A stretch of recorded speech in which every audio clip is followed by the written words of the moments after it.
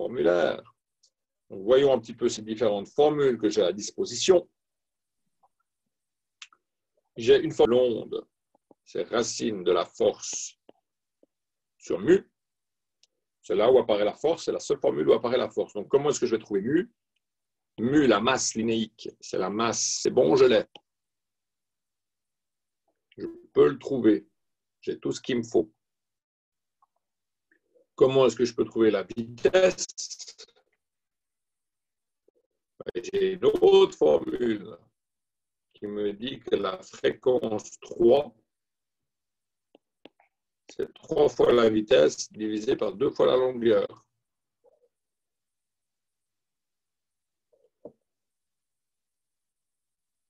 Eh bien, parfait. Je peux tout trouver, puis ensuite, finalement, je vais pouvoir trouver ma force que je cherche. Alors, je vais le faire de deux façons différentes. Une première façon qui est la façon que vous privilégiez encore tous pour la plupart, à savoir la version numérique, mais on peut aussi le faire beaucoup plus rapide et direct. Donc, si je cherche la masse linéique 0,002 kg divisé par 0,6 la longueur, ceci me donne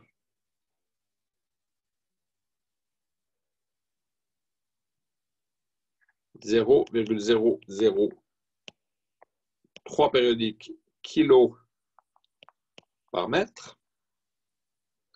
À partir de cette équation-ci, je peux trouver la vitesse. Ça va donc être 2L fois F3 divisé par 3.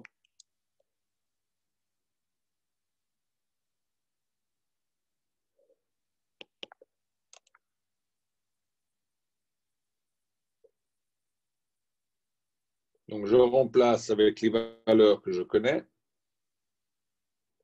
Ça me donne une vitesse de 144 mètres par seconde. Ainsi donc,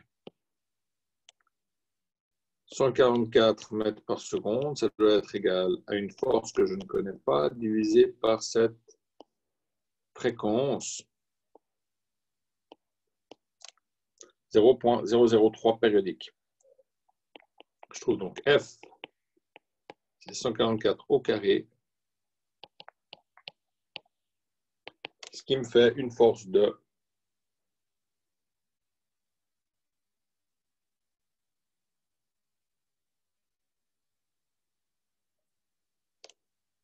69,1 newton. Terminé.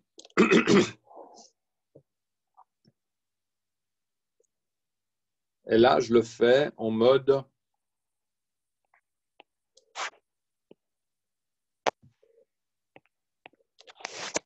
numérique.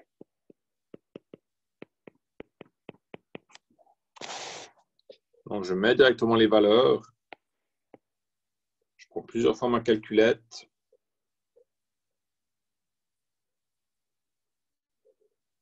J'arrondis plusieurs fois, ce qui est aussi un point négatif. L'autre façon de faire, c'est de le faire de manière littérale. Ce qui, à terme, serait idéal.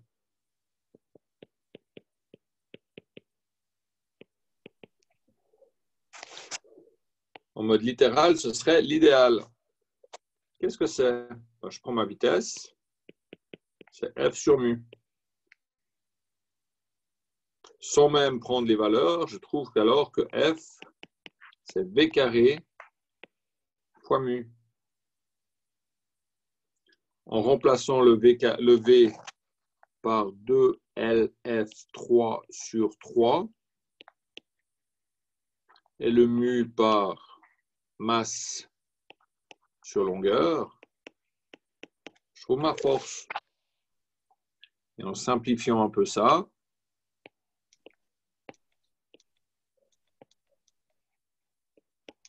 ça me fera 4L carré F3 carré sur 9 fois M sur L. Je peux simplifier ici. Et il reste donc que la force, c'est 4 fois la longueur, fois la fréquence 3 au carré, fois la masse, divisé par 9. Je n'ai pas encore pris ma calculette. Je trouve un résultat qu'on appelle littéral. Et maintenant, je fais ce qu'on appelle l'application numérique.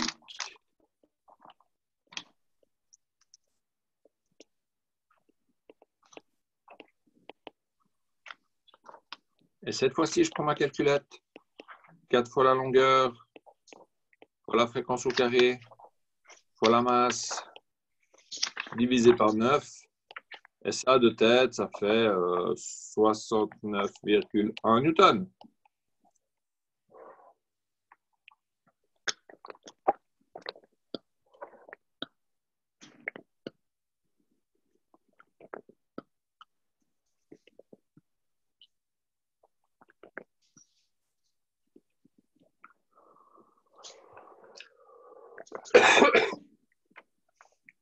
Donc, idéalement, à terme, ce serait bien que vous arriviez en mode littéral.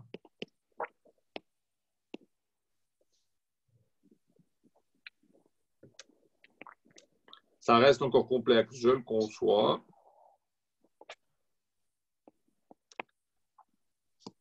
Mais ça nous permet, on a une formule finale qui est là. Si je change tout à coup la longueur, je peux tout modifier. Si tout à coup j'ai une autre corde, une autre masse, je peux tout modifier. Je n'arrondis jamais qu'à la fin, une seule fois. Et puis je vois dans cette formule littérale de quoi ça dépend. Je rallonge la longueur, il faut tendre la corde plus fort. Je mets une corde plus épaisse, il faut corde la.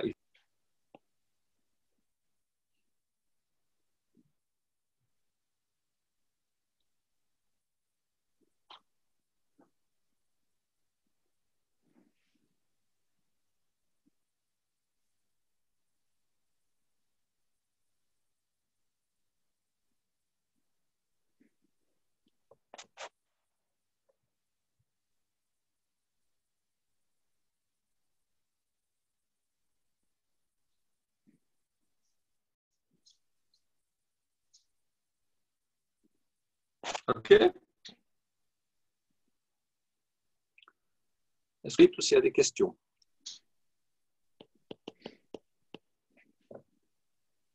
Oui, monsieur, 21. on est. Monsieur. On a une corde qui est tendue avec une force de. Je vous écoute, Gabriela. J'ai pas compris comment est-ce que vous saviez que c'était la fréquence 3. Je crois que c'est dit dans la donnée. Ah bon? Son troisième mode. Ah ouais, ok, d'accord. Merci. Oui, c'est écrit. Dans la donnée, il est dit de long pour que son troisième mode.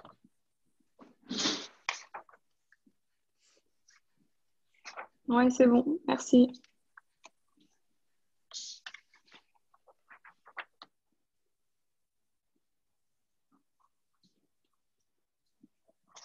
Exercice 21, une corde est tendue avec une force de 100 newtons. Force de 100 newtons, exercice 21. Avec quelle faut-il attendre pour que la fréquence du mode fondamental double? Donc ça nous fait une fréquence. Et ça, on aimerait que ça fasse une fréquence du mode fondamental nouvelle qui soit 2 fois la fréquence de départ. Ça, c'est la donnée. Donc, il faut que je trouve un lien entre les forces et la fréquence.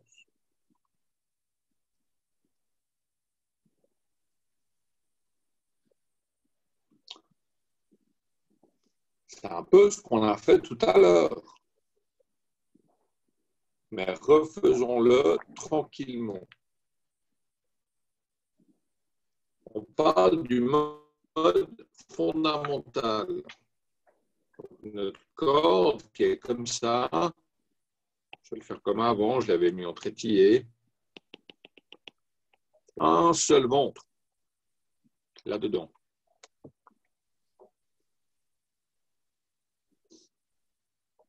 C'est ça qu'on a.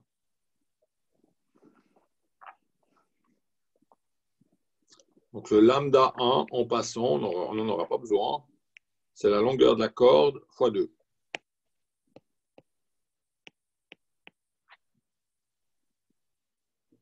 La longueur de la corde, bien sûr, elle est là.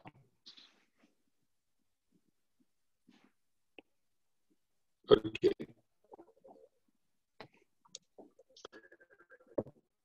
Bien, idéalement, à ce stade, il faudrait connaître le chemin. Dire, OK, je vais faire ça, oui, j'utilise ça, puis c'est bon. Ce n'est pas ce qui arrive. À ce stade-là, en général, on est un peu paumé. Donc, on relit la question, on se dit, OK, déjà, j'ai bien compris la question. Allons voir le formulaire. Vous avez la chance d'avoir un formulaire. Je regarde mon formulaire. OK. On parle de force, donc il y a une formule qui va m'intéresser en me rappelant toujours que le mu, c'est M sur L. Puis la fréquence, F1, c'est égal à V sur 2L.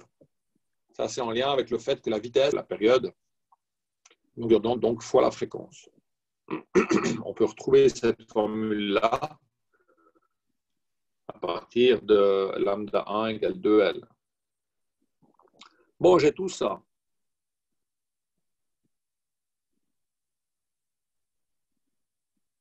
Je vais appeler peut-être ces deux cas ici pour pouvoir bien vous expliquer. Je vais appeler ça le A et ça le B. Donc, dans le cas A, qu'a-t-on donc? 100 newtons qu'on connaît, une certaine fréquence que certes on ne connaît pas, mais néanmoins elle est. Donc dans le cas 1, j'ai la vitesse, c'est F sur mu. Donc cette force, c'est donc V carré fois mu.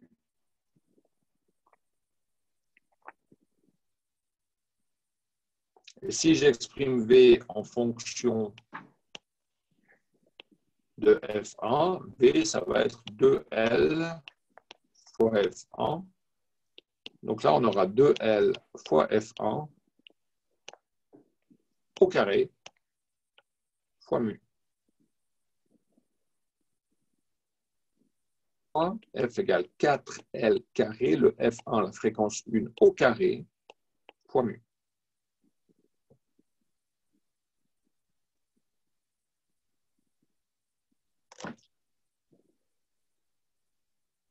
Ça ressemble à ce qu'on a fait tout à l'heure avec une question un peu détournée. Je me poserai alors maintenant du coup la question dans le cas B, qu'est-ce qui se passe?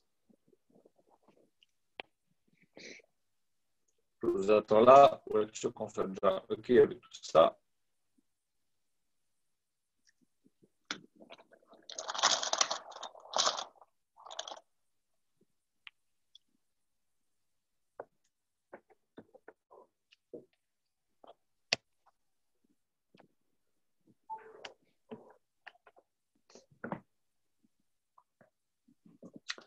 Donc, dans la deuxième situation, j'ai un F prime qui va être égal à tout la même chose avec des éventuels paramètres qui changent. Est-ce que la longueur a changé?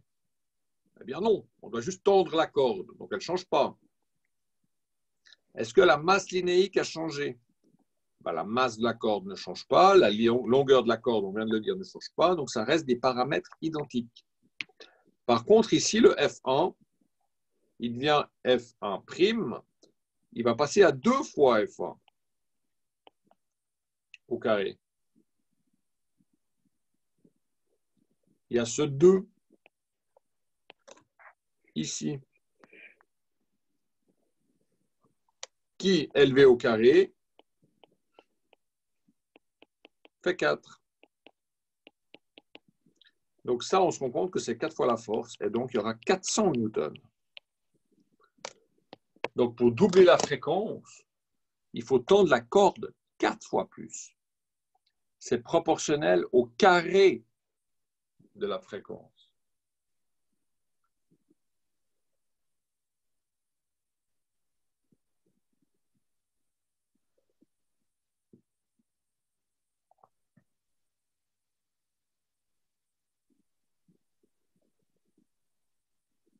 Et nous y sommes. Nous avons une réponse là à la question, qui était de savoir à combien doit-on tendre la corde pour doubler sa fréquence.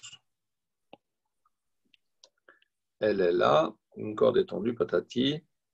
Avec quelle force faudrait-il la tendre pour doubler sa fréquence? Donc, pour doubler sa fréquence, pour passer, je ne sais pas, de 50 Hz à 100 Hz, alors même que la fréquence n'est que fois 2, la force, elle, subit une variation fois 4, car c'est proportionnel au carré de la fréquence.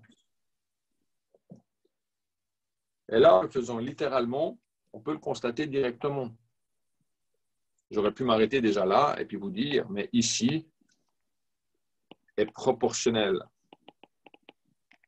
au carré de F1. Donc, si F1 double,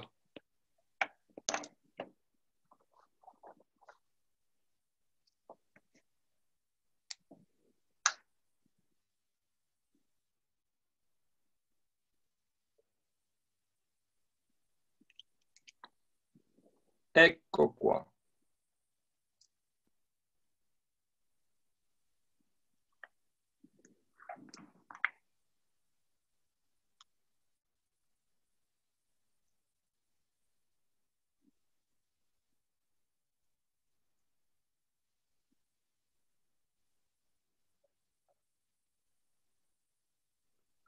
Comme je l'ai dit, je continue à avancer tant qu'il n'y a pas de questions.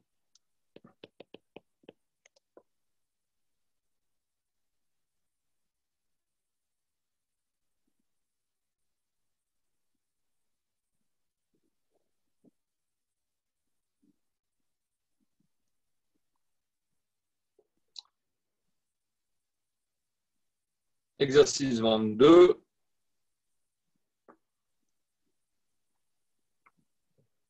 On a une corde de masse linéique 2 grammes par mètre. Le bon réflexe, tout de suite, mettre cela en kilos par mètre. On a la force de tension 5000 newtons. On parle du mode 4, un F4 qui est égal à 1500 Hz.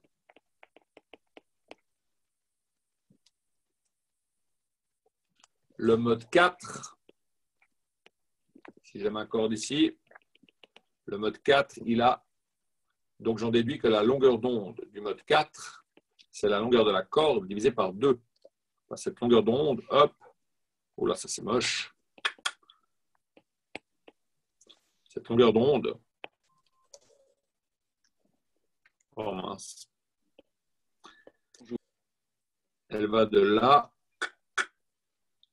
à là, alors que la longueur de la corde, ben, elle est là.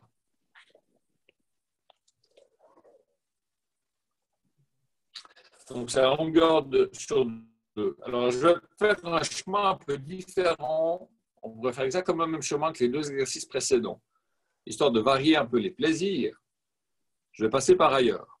Je vais dire la vitesse, c'est la longueur d'onde de ce mode 4 divisé par la période de ce mode 4, ce qui est donc la longueur d'onde de ce. Et si j'utilise ceci, ça me fait donc la longueur de la corde sur 2 fois la fréquence du mode 4.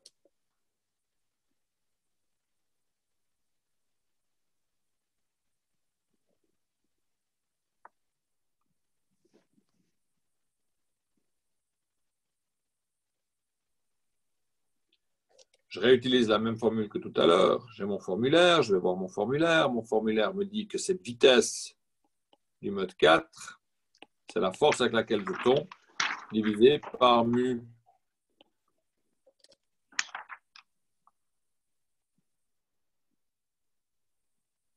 On cherche quoi déjà? Calculer la longueur, on cherche L, d'accord.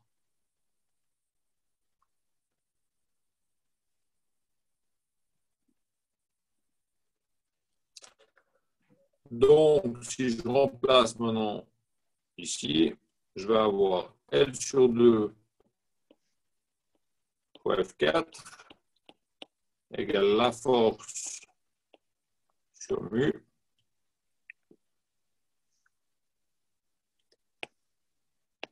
Ça, je connais, ça, je connais, ça, je connais. Et ça, je cherche. Donc, je vais isoler algébriquement mon L. Et c'est terminé. Je l'ai fait de manière littérale. Non, je n'ai plus qu'à mettre des nombres là-dedans.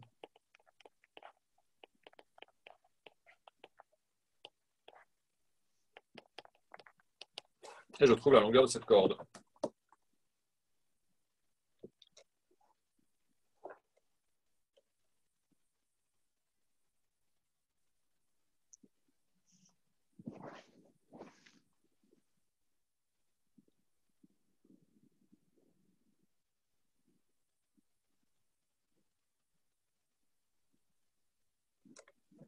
Ça me fait une corde de 2,1 mètres. On parle là donc d'une harpe ou peut-être d'un long piano à queue. Ça me paraît un peu longuet pour un piano à queue. Ou éventuellement encore une contrebasse. Là, c'est la fréquence qui me paraît un peu élevée.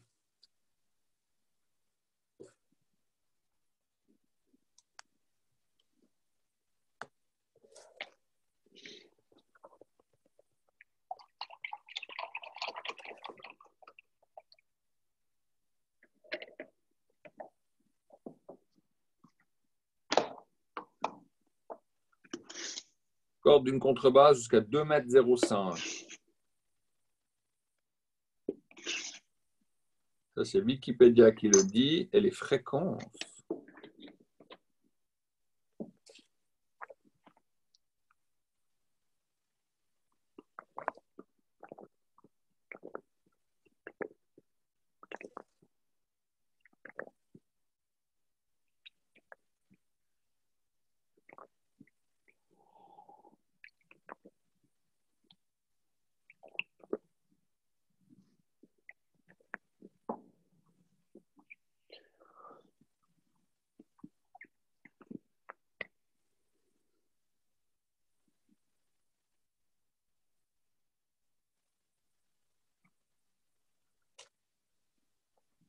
Ah, voilà. Non. Fréquence.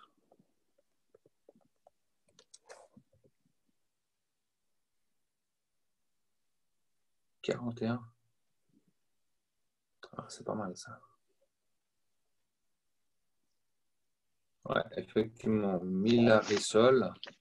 100 Hz, la plus basse. Ça pourrait être stylé de s'amuser à faire ça. Tableau des fréquences en Hertz.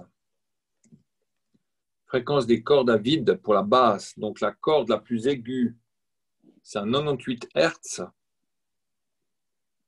Mais 98 Hz, c'est sans raccourcir la corde. Si maintenant cette corde de 2 mètres, je la raccourcis, on pourrait s'amuser à faire ça. Mais là, on parle bien d'une corde de 2 mètres. Donc on ne la raccourcit pas. Donc ça, c'est clairement pas une contrebasse.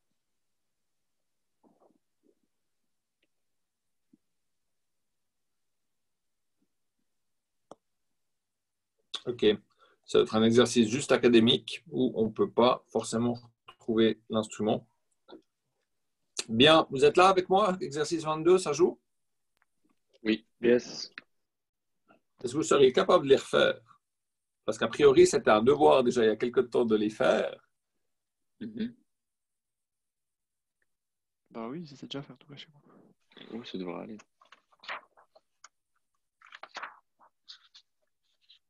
Je vous laisse essayer le 23 alors.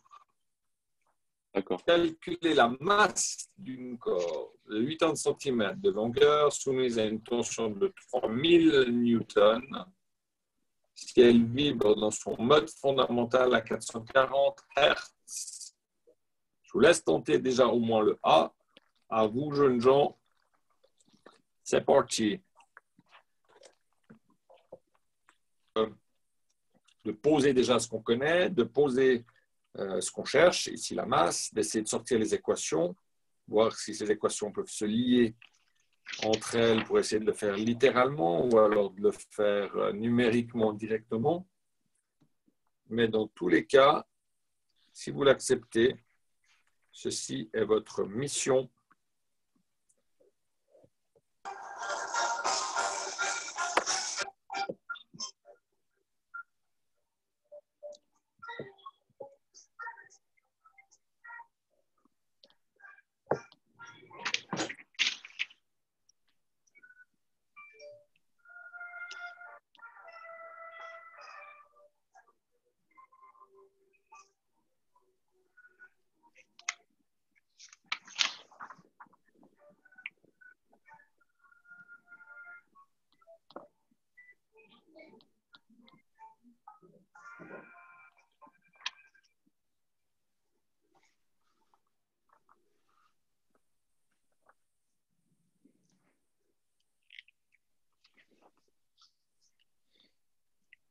Monsieur, j'ai juste une question. Monsieur?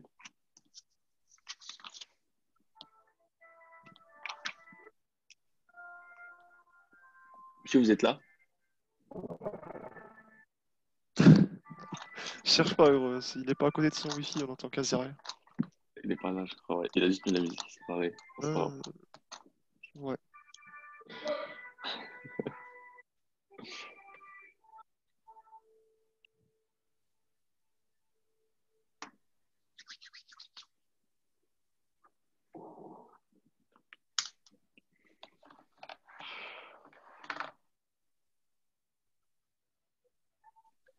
Et j'ai juste une question.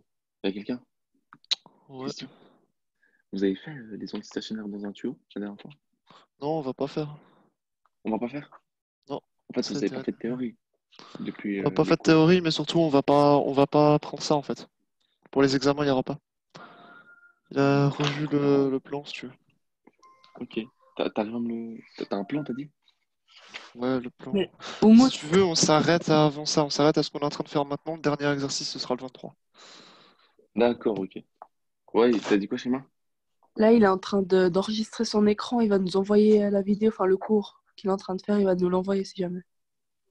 Ah, ok. Ah, bah lourd. Ouais, parce qu'il n'y a Ouais. que 14 personnes. Ouais, même pas, mais il a dit genre comme ça, vous pouvez revoir le cours, quoi. Ok, ça marche. Ça marche. Oh là là, merci.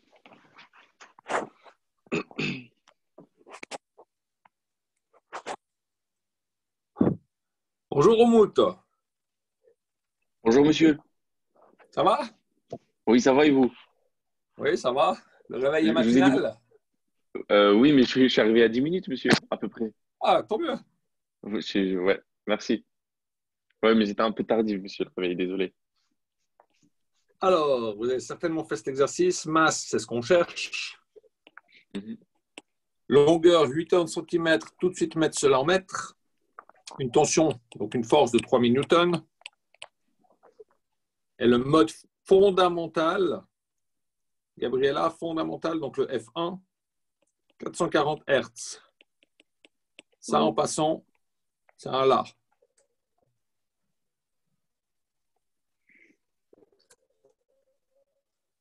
OK. Donc, les formules sont toujours les mêmes. Ça veut donc dire que le lambda 1 égale L sur 2. N'importe quoi, toujours je fais faux. 2 fois L. Donc, la vitesse du mode 1, lambda 1 fois F1. Donc, 2L fois F1. Très bien. Et puis, toujours la même formule, ce V1, c'est F sur mu. Et ce mu, c'est toujours M sur L.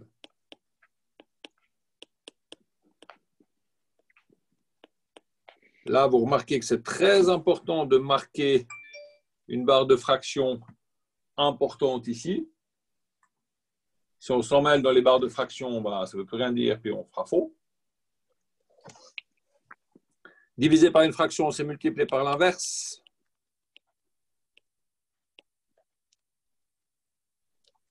Donc, j'ai 2L fois F1 égale FL sur M. On va mettre tout ça au carré. 4L carré F1 carré.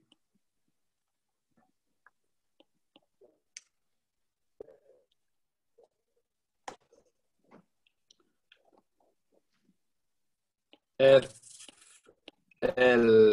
sur M. Qu'est-ce qu'on cherche? La masse. Donc, masse égale FL sur 4L carré F1 carré. Je peux simplifier ici des L. Et j'ai mon résultat littéral par 4L. Fréquence 1 au carré terminé. Là, j'ai mon inconnu M en fonction des paramètres connus au départ. Donc 3000 divisé par 4 fois la fréquence 1, 440 au carré. Ça me donne la masse de ma corde. Calculette.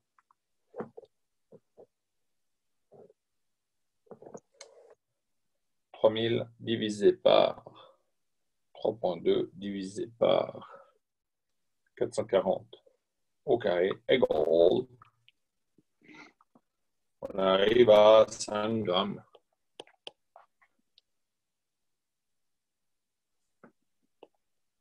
Terminé.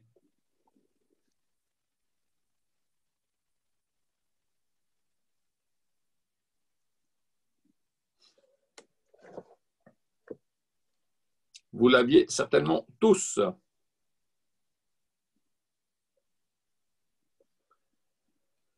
Question B. J'utilise une corde plus lourde. Donc la masse, elle augmente. La longueur ne change pas, la tension ne change pas. Je me pose la question de la fréquence. Elle va monter ou elle va descendre. Eh bien ça, c'est un avantage du calcul littéral. On a que la masse, c'est la force, 4 fois L fois la fréquence au carré. Donc, si ici, ça augmente, que va faire la fréquence? Ben, elle va diminuer.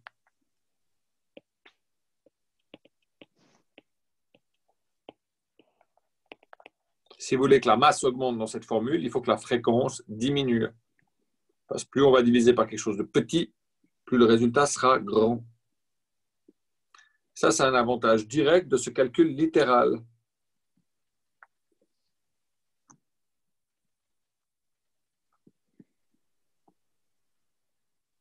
Donc, pour avoir des sons graves, il faut des cordes lourdes, donc a priori épaisses.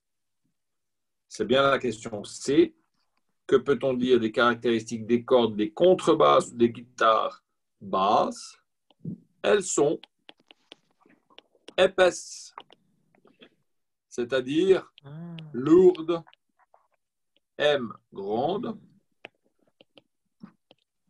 masse grande, pour avoir des fréquences basses.